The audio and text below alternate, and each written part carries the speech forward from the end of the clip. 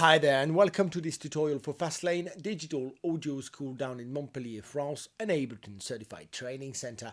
We're going to talk today about distortion on the bass, and more specifically wave shaping on the bass to get that window rattling sound we get sometimes on drum and bass or dubstep bass lines.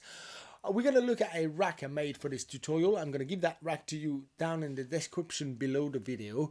However, let's have a look at the underlying principles to properly distort a bass so you can make your own racks and adapt the technique we're going to look at here for the genre you're into. Let's do it.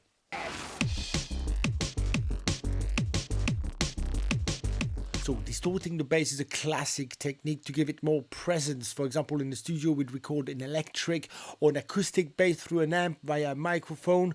To get that distorted, gritty, mid-heavy signal, we'd blend with the direct signal to get a full sound for our bass lines. This technique was of course transferred to electronic music, where we could distort a bass to give it more presence. I'm going to drop, for instance, an overdrive. That's a classic on a bass line. If I bring the wet in, listen to what happens. Yes, the sound gets richer. It's going to cut through the mix a lot better. However, because the filter wasn't centered properly, we probably have a feeling we're losing the actual bass content in our bass line. Listen to it with the better setting for the filter. So you can hear the sub and the bass frequencies are getting really muddy, and this is not often something we want for the mix. We'd rather have the sub and the bass line well defined. So this is exactly what I want to talk about today: how to properly distort the bass without losing the definition in the low frequencies. So here is the Waveshaper rack I made for you. We're going to hear this type of distortion is a lot more actual. It's actually a digital distortion made with saturator. Listen to the effect it gives us. As I said, a Windows rattling bass. Lovely. And as you can hear, it only adds distorted high frequencies around the bass and not on top of the bass, which makes the mix wider, richer and cleaner at the same time. So how was this rack made in Ableton? I'm going to bring an audio effect rack, empty audio effect rack. I'm going to click on the chain icon here and right click to create a chain. Actually, I'm going to create two chains. The first one is going to be our dry signal. This is not going to affect the signal in any way. It's just going to let the signal through that way.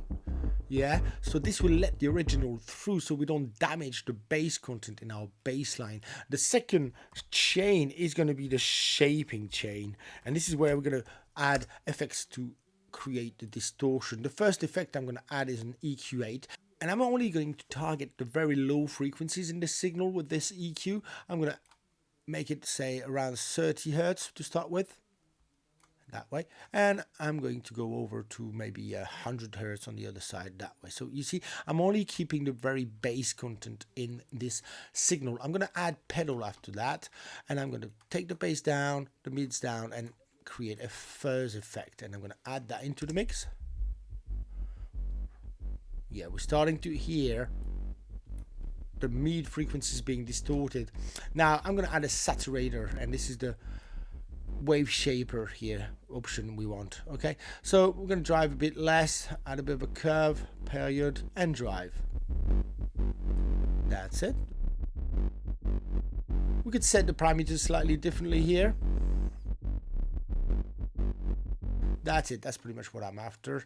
I'm going to add an EQ8, and this time I'm going to remove the low frequencies in the signal. I'm only going to keep the very high frequencies I'm interested in.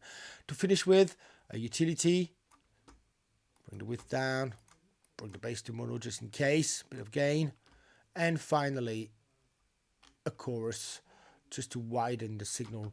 To make that wide, I'm just going to stick the chorus on full wet, get rid of the second delay, and set the high pass.